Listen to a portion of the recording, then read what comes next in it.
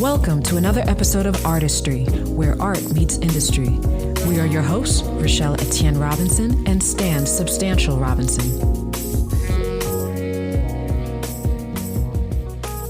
Our guest today is Mason Lieberman. Mason is a music composer, artist. Gosh, genius. Can I say that? I read your bio. Now is this right, Mason? Since you were 5, you were playing the cello?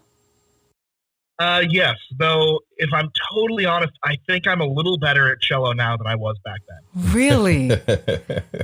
Only a little bit. You don't say. Like I was pretty killing at 5, but maybe not quite professional career yet. Why cello? What made you start with cello? Oh my God. So this is going to sound like a ridiculous story because it kind of is. When I was about 3 years old, my parents showed me the Disney movie Fantasia. Mm-hmm. And I just loved it. And the one weird thing that happened when I watched that movie, my parents couldn't understand, is there was a scene. It became my favorite movie, by the way. So we would watch this over and over. Mm-hmm. And there was one scene in the middle of the movie where Mickey is like playing with a broom, Sorcerer's Apprentice. And I would always point at the screen and say, broom. And my parents thought, oh, it's cute. He wants to be a janitor. I don't know what they would say. And over the years, we kept watching it over and over and over. And they eventually noticed that I would change what I was saying. It started to become, I want a broom, to I want to play with a broom. Right. And eventually, by the time I got to about 5 years old, I want to play broom, which they thought, that's weird. That's interesting syntax. So they didn't understand what it meant. They couldn't figure it out.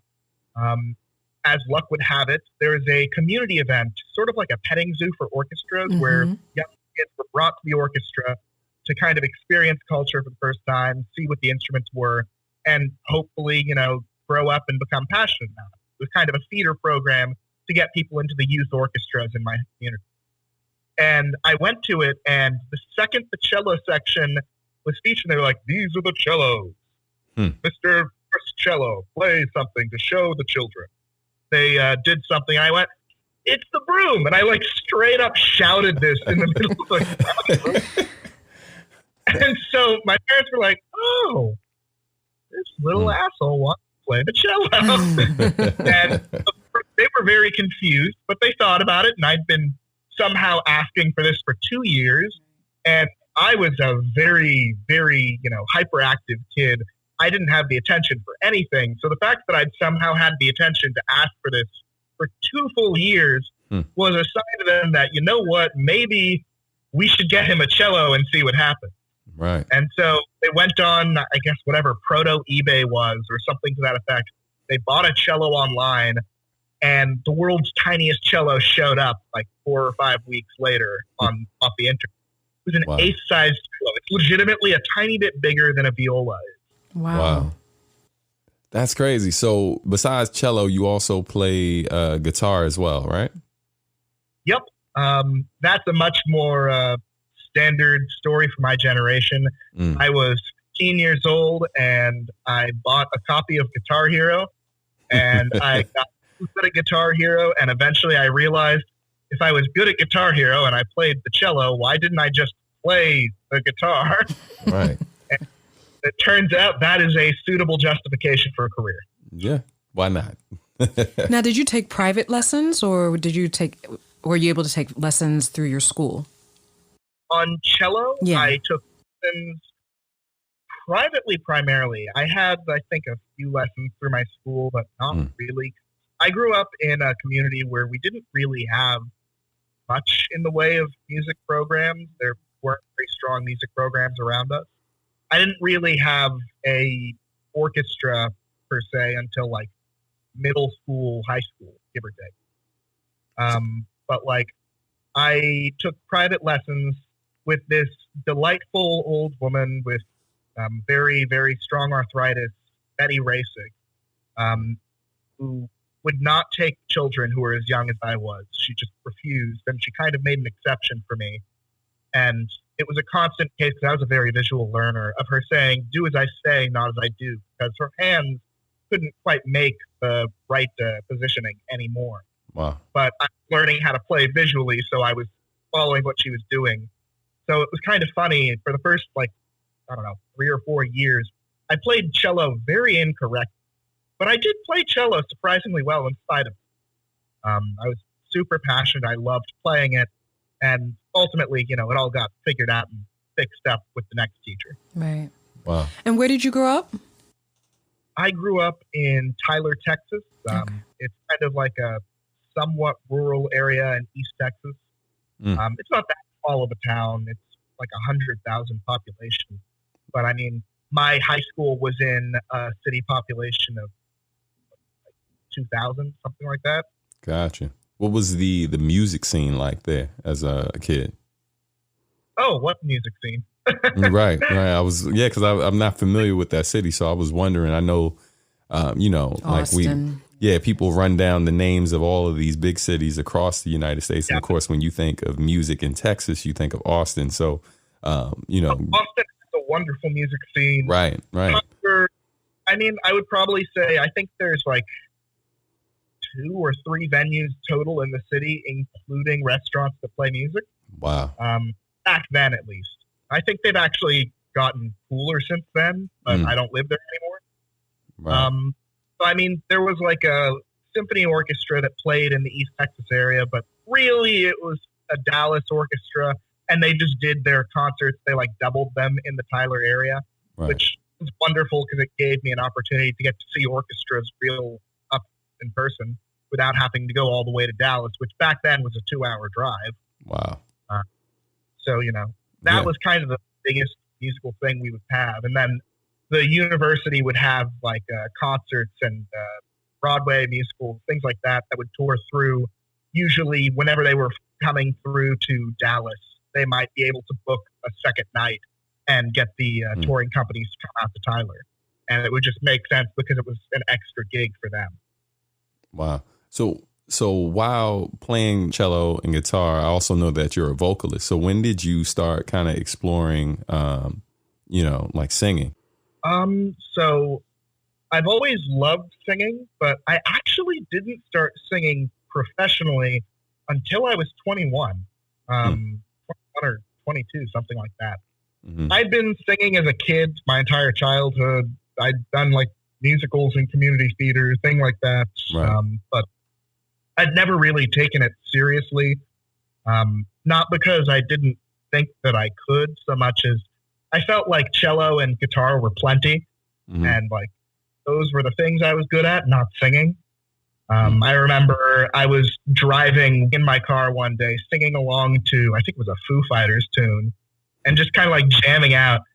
And like, I sort of felt like I don't know what it was, like almost like a click or something. And like, I guess some phlegm or something was unlodged in my throat. And suddenly I could sing rock music. I was like, well, damn, I guess I was never trying hard enough. And from that day on, I could sing rock music. And it was amazing. Like, I can't emphasize enough. It was legitimately like all of a sudden mid-song, suddenly I was able to do this thing that I'd not been able to do prior. Because before that point, I'd only really ever been able to sing like more like clean pop type stuff, Broadway type stuff, like, traditional legit quote. Right.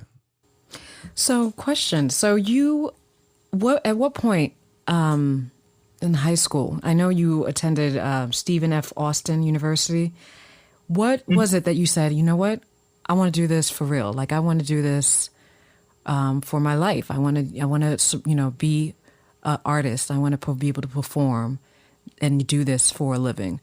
What was there someone in particular that inspired that, or was it just family support? What would you say? Yeah, I mean, I would say his name is Masahiro Sakurai. He made Super Smash Bros. And somewhere probably before I got into cello, I was wildly addicted to the original Super Smash Bros. On N64. And I made a deal with myself that I was going to do music for Smash Bros. And I didn't, I didn't realize that video game composers were a job. I actually didn't know that was a job basically until the end of high school. Wow. But it was just from like, before I even started cello, I was always going to work on video games and I was always going to work on music. And I didn't really understand what any of that meant, but it was just kind of an understood thing. Because of that, I'm not sure there was really ever a specific point where I decided this is the career. It just was always what I was aiming. That's awesome. Yeah, and it's funny because realizing that's where things kind of started for you, it makes me think of how we met, at a convention. And so what was that? That was 2018 when we met, if I'm not mistaken, or was that 2017, into 2017? It was Anime USA we were both at, right? Yeah, Anime USA. So it might have been the end of 2017. It was like fall, winter 2017. Yeah. And so, November. Right. So I almost feel like had I not, because with a lot of musicians, we meet each other typically through the business. Usually people cross paths at live events or, in the studio, different things. But us meeting at an anime convention kind of instantly lets me know a lot of times when I meet musicians that it's highly likely they work in the industry in some way, shape, or form. So I don't remember catching your performance then. I just remember us having dinner that night. That's right. I didn't have a performance. Huh? So I usually don't perform when I do my conventions. That's kind of the best thing about what I do, because I'm usually there as a guest rather than as a musician. Right. Which is right. like, I'm a musician, but I usually go there and like I do my autograph sessions, I do my like panel or two, and that's done. They pay me and I'm good to go. I basically just use them as like glorified vacation weekends, and it's wonderful. So it's not a bad look. No, exactly. But like what usually ends up happening when I do these is exactly what happened with us. Like I go like 90% of my time is free because I don't have to be rehearsing for a gig or anything like that. I end up meeting the musicians who are there, and I end up becoming friends with them because those are the people who I would want to hang out with anyway. Sure. So like, it's unsurprising that we ended up meeting at a convention because I just had a ton of time. Like, right. Stuff is dope. Yeah, and no, I'm like it was great. I like always when I think of how we met, I always think of the situation where you were reading the menu, you saw mambo sauce on the menu, and you were about to order it. And then I let you know, as someone from the area, it's like, yeah, you're not going to have mambo sauce for the first time from a hotel. That's not happening. So when you come back to town, you know what I mean, we gonna make a trip, you know what I mean, to a place that more than likely is in the rougher side of town and got bulletproof glass, and that's how we know it's quality. I'm gonna go ahead and get you a plate. And so and literally you came back in town. That was for MagFest, and that was 2018 officially. So what were you doing at MagFest that time? Oh my God, I forgot about that. Yeah, no, when we went down, we found the mambo wings. Right. God, that was really good, by the way. Yes. I do appreciate that. What's not to love about mambo sauce? So good. It's one of the many things that I miss about like the DC area. Yeah, man. What were you invited to MagFest for when you came through that particular time? I know you come through a lot, but for that particular one. For that one, I think it was a panel. I don't actually remember. 2018. Actually, 2018 might have just been that I was attending. That was actually my first time ever going to a MagFest. I don't know if I had a panel or not. I've done panel or guesty type things with them since, but like, I think that I legitimately might have just been like, all right, I love video game music. I'm a musician.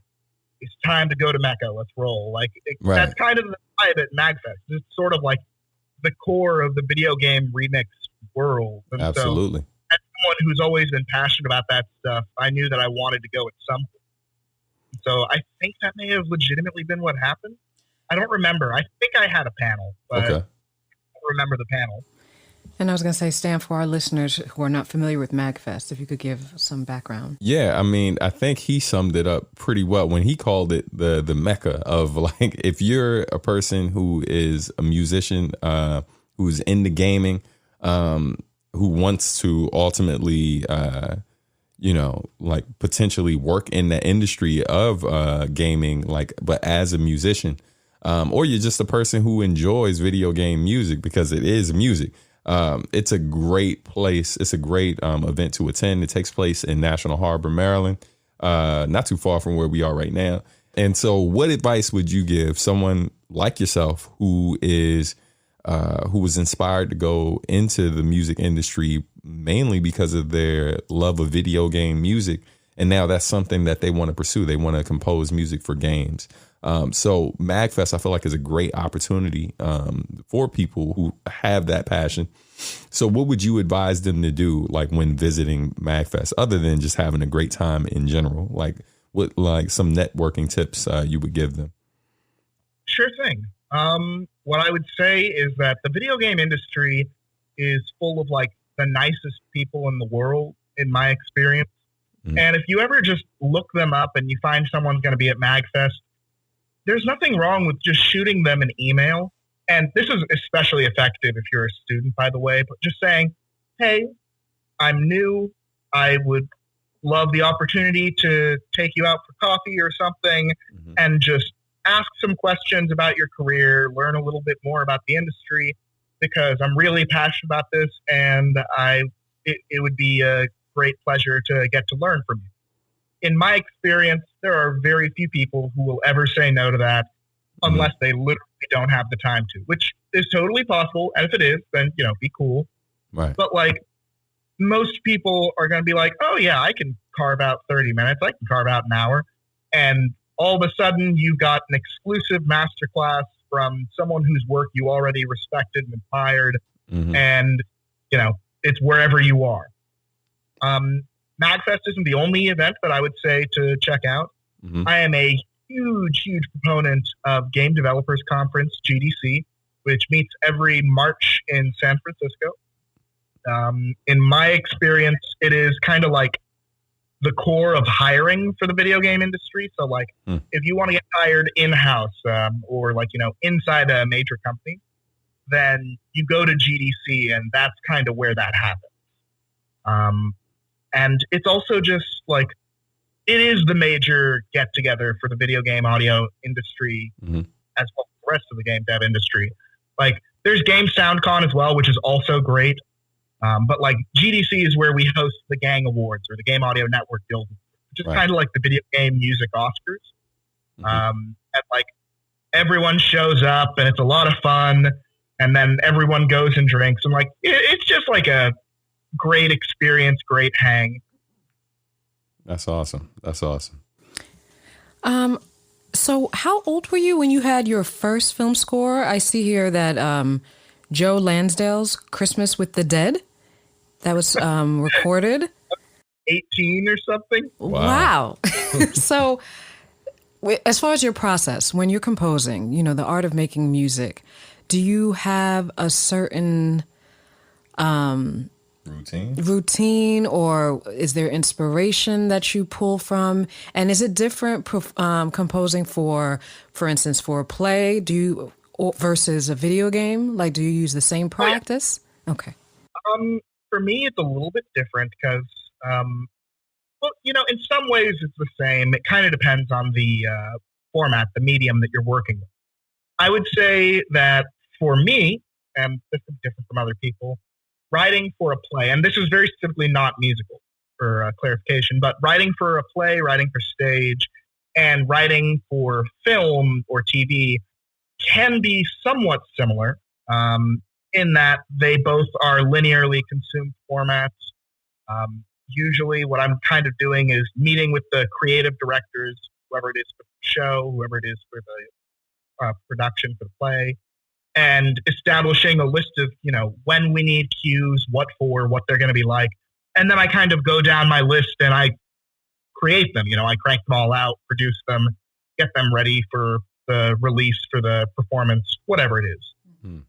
Video game music, in a sense, that's what you're doing too, but actually there's a lot of additional steps of consideration, because when you're creating music that could be consumed non-linearly, where you have to account for player agency, or this idea that a player could do anything, they could go any direction, you have to write music that can kind of account for that can kind of follow that action. So where in a TV show or a film, like, I'm creating a stereo file. I pin it at a certain time code so that it's always right there. And, when the gun fires, you're always going to hear the cymbal hit followed by the big epic action sadness cue or whatever. Like in a video game, I have to say, oh, well, when you're in this zone, this is the adventure cue that's playing. It's kind of the mid state. But if enemies appear on screen, we'll say up to 2 enemies, then suddenly we're going to boost the energy level and you're going to add this percussion in, but it's the same track. It just feels different. Right. And if you're below 50% HP, maybe we're going to low pass filter you to show that you're in danger. And there's all this real time stuff changing on the music that you sort of have to plan when you're accounting for video games. So it's a lot of fun. It's like scoring a 3D puzzle sometimes. Wow. And when you're composing, are you working on a keyboard or do you go straight to your guitar? What's your go-to instrument? Or are you just writing it out? If I were a smart person, what I would have said is, well, I'm basically a piano virtuoso and I just play everything in with my piano. Right. But unfortunately, that is the one instrument that I'm not particularly great at. I'm okay at piano, but, right. I am what we refer to in the industry as a composer's pianist, which basically means I can play notes, but please don't ask me to play notes. Right. So really what ends up happening is usually I'm opening my DAW, my digital audio workstation, for those who don't know. It's kind of like the Microsoft Word of my industry. It's just what you use to create the thing you need to make. Mm-hmm. Right. And what's your DAW of choice? Logic Pro 10, Logic 10 for Logic for life. Nice. Which I shouldn't even say Logic because really I should be voting for Nuendo by now, but I'm not going to get into that on the podcast. I do a lot of stuff by hand, by mouse and keyboard. Because generally speaking, at least for me and how I've always done things, I usually just sort of hear things in my head and I go, okay, let's recreate that. So in a lot of cases, I'll play in the individual melody on my keyboard, or I might click it in using MIDI data, which is kind of like computer music notes, and kind of go from there, just sort of build it and produce it in the box or within the computer. That's the terminology we use for it. So for our listeners, just kind of point out some of the things you've worked on, because you've been busy, brother. For someone as young as you are, you've accomplished a lot already. And so I see, I know you've worked on Rising of the Shield Hero, Super Smash Bros. Vocalist on Shield Hero, cellist on Smash. Yeah, man. Then League of Legends. You've also done stuff for the wall. What was that? Electric guitar on League of Legends. Nice. And then The Walking Dead. All 3, actually. Wow, nice. That's awesome. Made in Abyss. Even Hell's Kitchen. Vocals as well. And I have to say, my proudest moment of my career, not really, pretend it is, my grandparents. Definitely that Gordon Ramsay once tweeted from the ads that I had worked on from that particular ad campaign. And he quoted one of the lyrics that I'd said, and the picture was from the ad and it had the subtitle in it. And it just said handsome narrator. And then it was the line I was singing. I was like, that's me. Right. That's technically, awesome. Gordon Ramsay has tweeted about me before. Right. You're winning. You're winning, right. Basically, as long as he doesn't see how I cook, I should be okay. So as far as that, these opportunities are great. Now, do you have representation? Do you have an artist rep, or how are folks finding you? I do not have an artist rep. There are a good number of agencies that I'm fairly close to and that I definitely, if I ever needed representation, I would talk to. But actually, part of my educational background, I was part of this program back in college via Berkeley. By the way, I went to Berkeley College of Music out in Boston, for anyone who doesn't know. Wonderful music school. I had time of my life. It was great fun. Awesome. They had a program in collaboration with Harvard called the Harvard Recording Artist Project, which basically provided legal counsel via law school graduate students to low-income musicians in the Boston area. Wow. And I worked with that program. I volunteered as a representative from Berkeley, and we were kind of like the music industry norms people, and we kind of like would help out with the grad students who were doing the actual legal heavy work. And we were like, well, this is kind of what it's like in music. This is kind of, what I would expect. Yeah, this contract seems a little weird. Here's what I think. And it was a great, great experience. And I feel like I picked up an absolute ton of music law, copyright law, knowledge, wisdom, what have you, that really helped me as far as handling negotiations, handling like booking my own work. As far as how I was getting the gigs, people would just message me and say, hey, Mason, are you free to do X? I've always been a pretty social guy. I try to go to these events. I try to meet as many people as possible.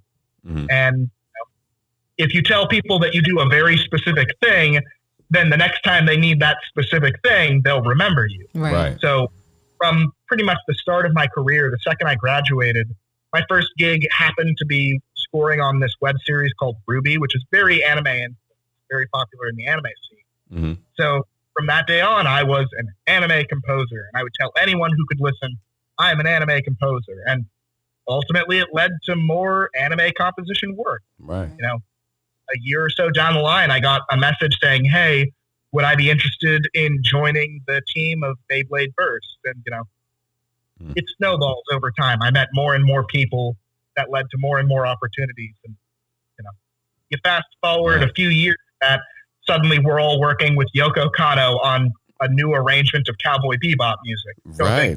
So, yeah, which leads us to Cowboy Bebop and the Real Folk Blues. I was just, on Facebook, just kind of scrolling through like most people. And then I see a post from Mason just saying, hey, looking to do something with my friends. We got time on our hands considering the current crisis going on and, shelter in place and all that. And I want to make some music with my friends. Who's interested? I open up, I get invited to this Facebook thread that you got going on. And yeah, let's just get into it, man. Like, tell us, kind of walk people through like how it all came together and what you had in mind. And what I really want to know is, did you know what you were going to do when you said that, when you posted that message on Facebook? Did you already know what song you had in mind? Yeah, I was pretty sure. Okay. I had I think 3 ideas of what I wanted to do. And one of them was like a really hard funk pop version of the Bomb Battlefield from Super Mario 64. One of them was this, pretty much this exact style. I wanted to do a gospel infused, hip hop infused remix of the Real Folk Blues. And God, I don't actually remember what the third idea was, but I know there was a third idea. But I was pretty sure it was going to be this one specifically. Right. Because I always kind of pick my songs based on what musicians I can get and who's available. Sure. And even from, the first couple of comments, it was starting to become clear. I was like, all right, this is a crew that would be really dope on this particular vibe. I'd love to do this. This would be a ton of fun. Yeah. And I think with the song, I think the subject matter of the song, is very timely as well. I feel like that's part of the reason why it's resonating so much. The original, of course, was a great song. But, us coming together the way we did, considering how limited folks are nowadays in terms of being in the same space and kind of being able, and everyone dealing with their own form of blues to a certain extent based on their quarantine situation. I feel like it made it resonate so much more. And it was just, the impact was crazy. It gave the feel of this generation's, We Are the World. Yeah. You had a very diverse group, different backgrounds, men, women, older, younger. Just aesthetically, it looked very, very good. Yeah. Like a diverse group of folks. it's really funny that you keep that you mentioned "We Are the World" specifically because I think I can probably say this at this point. There's another charity project that I actually did last year that still hasn't come out, by the way. We haven't announced it publicly yet, but I think I can roughly say it's also benefiting the anime industry in this case. And literal concept was pretty much to write the anime "We Are the World," which I, of course, then, being me, I decided to title the project while I was working at "We Are the World." Nice. Nice. I regret nothing. The pun wrote itself. It justified the project. Our daughter would love that. Right. She's a self-professed weeb. Well, with Stan as a dad, I can completely understand. Right. Buy it honestly. I remember her being held ahead pretty young. So. Yes. Right. Yes. Right. Oh my goodness. But yeah, no, it's kind of funny that people, because I've gotten that comment a lot with this project, that, it's like the "We Are the World" of anime. And I'm like, oh, you have no idea. Right. Just you wait until we announce it. What I love about it too, having watched the video several times, is that everyone gets their moment to shine. There's no, there's not one superstar, like everybody. And especially for those who are, instrumentalists, to finally see, a saxophonist or even, the shakers, you know what I mean? Everybody is represented. Everybody gets their moment to shine, which is great. Except the bassist, because he didn't have his haircut. Well, didn't have a haircut, and he told me that he didn't. I think, my real theory is that I think his wife probably told him he wasn't allowed to show up on camera without a haircut. That's my theory. He's a great guy. I love his name. He kills it too, man. He's a bassist, super talented. He's played with a ton of amazing artists. And I was like, can we get the video for you? He's like, I don't know, man. I'm not sure I'm allowed to.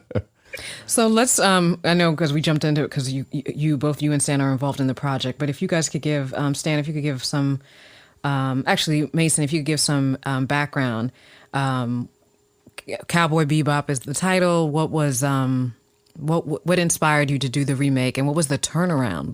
Because you guys did this very quickly.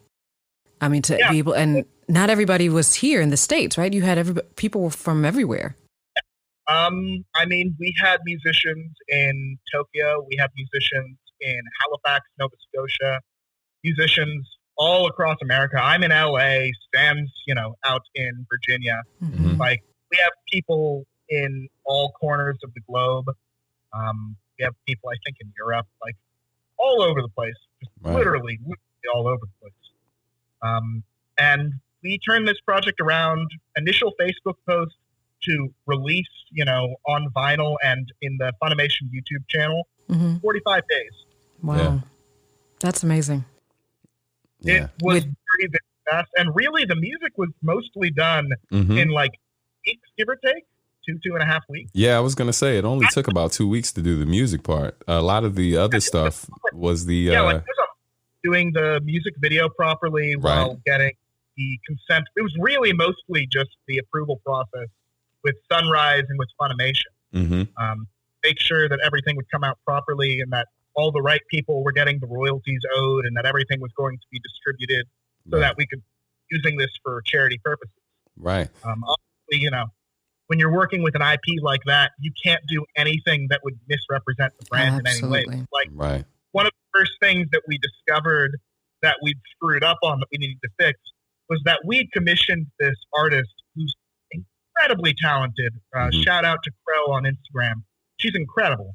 Who did this wonderful, wonderful album art for us. And it was incredible and it was beautiful and it absolutely captured the spirit of the franchise.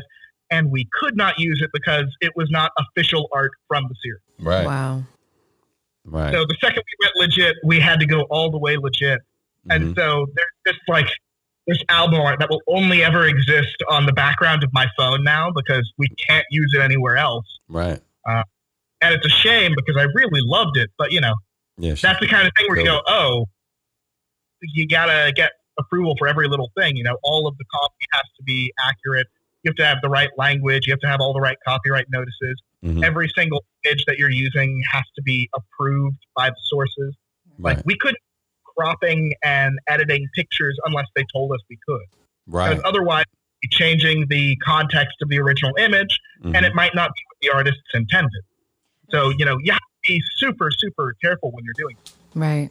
And this was to commemorate Cowboy Bebop. They had an anniversary, right? This is Actually, I think it was a specific anniversary. This was literally just we liked the song and we wanted to do it. right. Yeah. The goal was charity.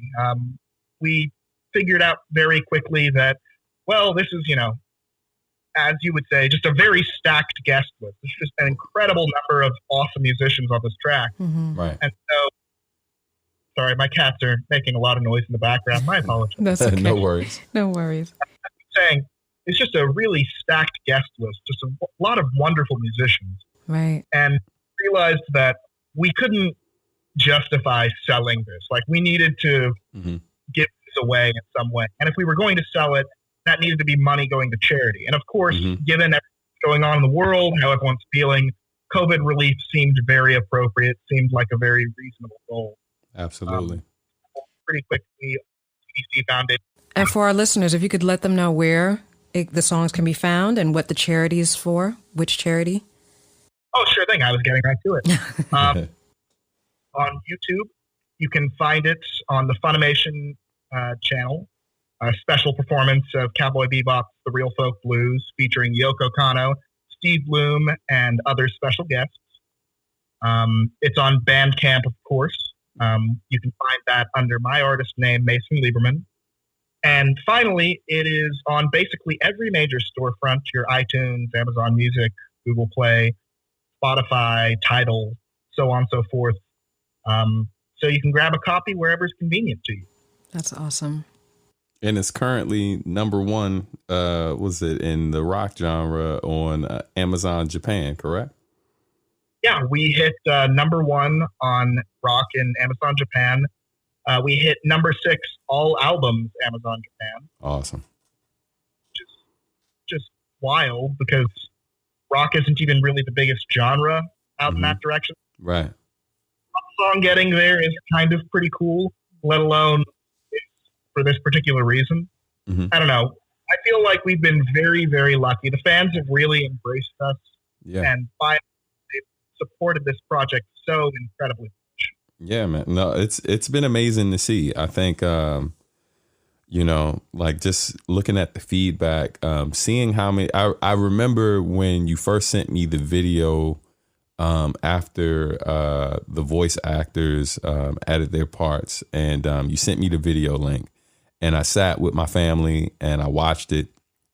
This was before it was made public, and literally, man, I was welling up. I was like, man, I really, like, I knew it was something special, but I didn't know, I didn't expect it to have such a profound effect on me. So I was, you know, and I'm a fan of Cowboy Bebop, absolutely, but I wouldn't say, like, shout out to Red Rapper, like when we just watched the breakdown of his verse, and I was like, yeah, I'm a fan, but clearly I'm not the fan you are. So, you know what I mean? Like, but I mean, I'm the fan that he is.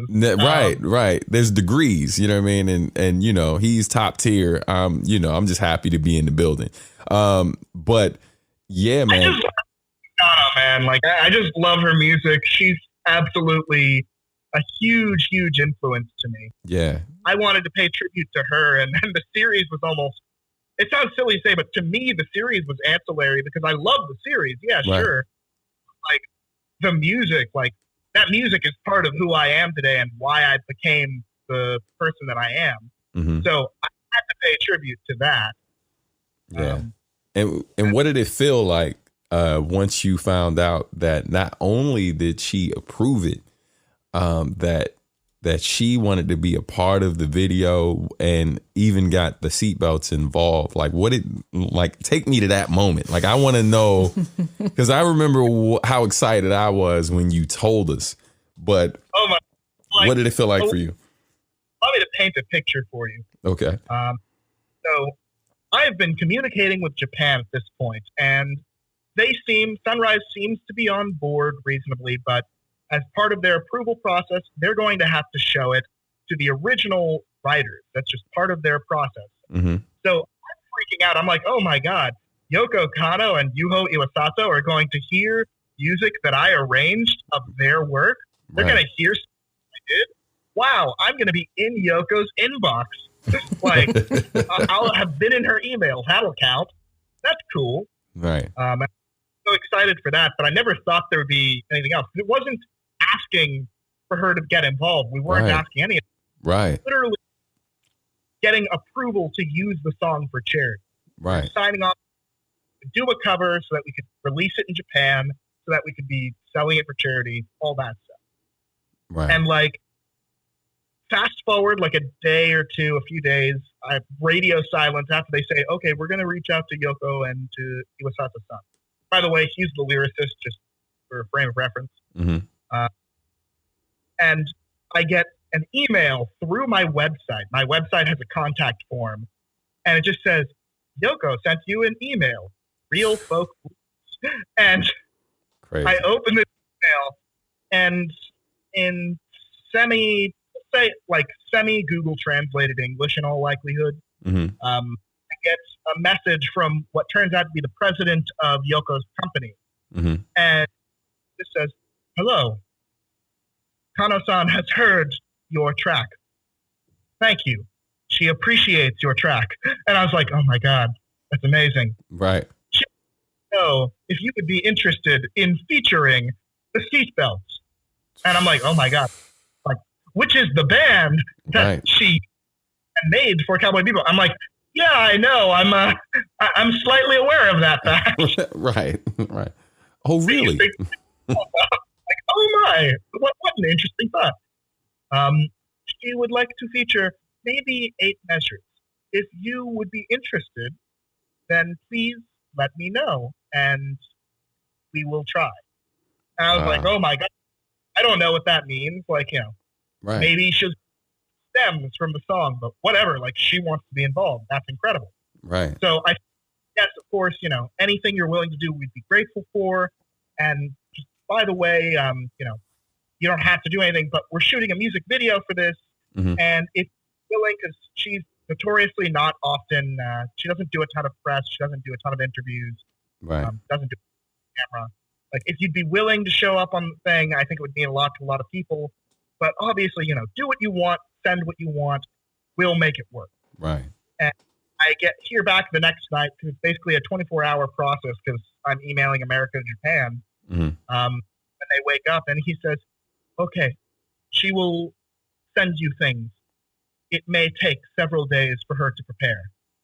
And I'm like, I still don't know what she's sending. Right. But okay, excited. I don't want to get too hyped. Like, I tell the band at this point, I'm like, guys, I think we might be getting a special feature. I can't really talk about it too much. Mm-hmm. But there might be a new mix coming because of this. You'll see. And then once I finally got the part, that's when I told the band, I was like, guys, Yoko Kanno and the Seatbelts are on this song right now. Like, holy crap. Crazy. Not only did she send us the parts of all of them playing that she'd arranged, she also sent us video footage that we then synced up of everyone playing their part. And literally, they sent us an edited complete alpha that we could just slot into our video and edit from there. And it was amazing. Like, really. And I worked with them to make sure the credits were right. We used the exact language that they provided us. Mm-hmm. And of course, if there was any doubt before that we were going to be partnering with Sunrise and Funimation with this, the second Kano-san and Seatbelt signed on, I think that really ended any conversations. Very clearly, if she wants to be a part of it, then the rest of us work together and make it happen. And I think it's going to happen regardless. I think they're already on board, but it certainly probably helped the fast track. Yeah, it sealed the deal. Yeah. Are there anything in the works for, as far as performing in this live?